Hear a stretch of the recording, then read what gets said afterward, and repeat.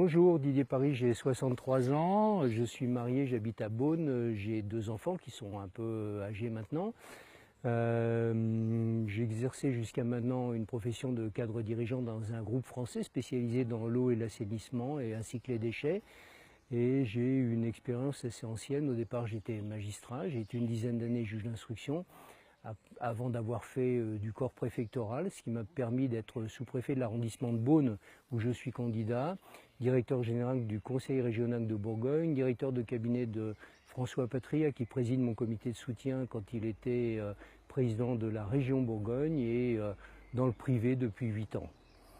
Je me suis engagé dans La République En Marche parce que je crois fondamentalement au fait que la France doit être de nouveau mise en mouvement. Je crois beaucoup dans l'arc politique que nous avons créé, les espoirs qu'il soulève. En même temps, et c'est la caractéristique d'une circonscription comme celle-ci, qui est la 5e de Côte d'Or, avec un axe central riche, les plus grands crus viticoles s'y trouvent. Mais il faut aussi accompagner le développement économique de cette zone-là et des zones à l'est céréalières. À l'ouest, on est ici dans un bassin allaitant, un bassin agricole, et donc avec des fractures qui sont assez fortes, assez visibles, des fractures territoriales, des fractures démographiques, des fractures sociales et des fractures économiques.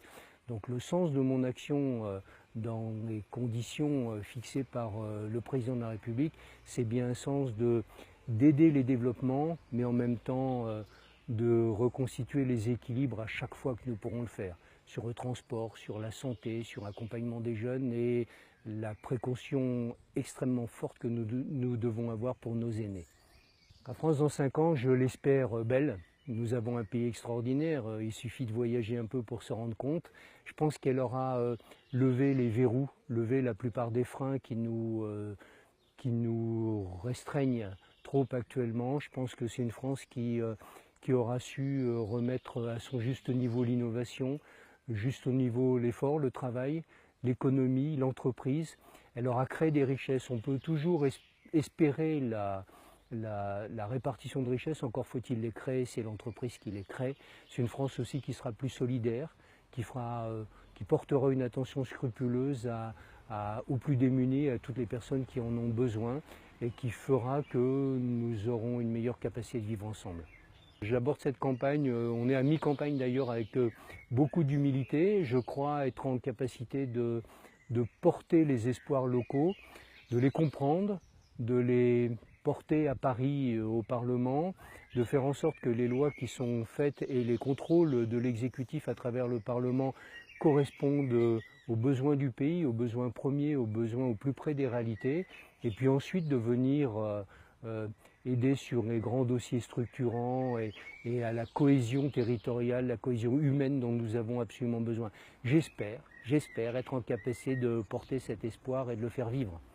Si je suis élu, je m'engage à rapprocher l'entreprise de ses salariés, l'entreprise de l'administration. Si je suis élu, je m'engage fondamentalement à faire que les mondes qui trop souvent s'ignorent puissent enfin se comprendre, puissent enfin travailler. Une entreprise sans ses salariés n'existe pas. Un salarié a besoin d'une structure sociale, économique pour se développer et pour s'épanouir. Mon axe principal, c'est l'axe économique, mais l'économie sous toutes ses formes. Ici, nous avons une économie touristique, nous avons une agriculture, nous avons une économie sociale, nous avons ce qu'on appelle une silver economy qui est extrêmement marquée avec des populations vieillissantes, nous avons une économie des transports. Et c'est l'axe principal sur lequel je souhaite m'engager.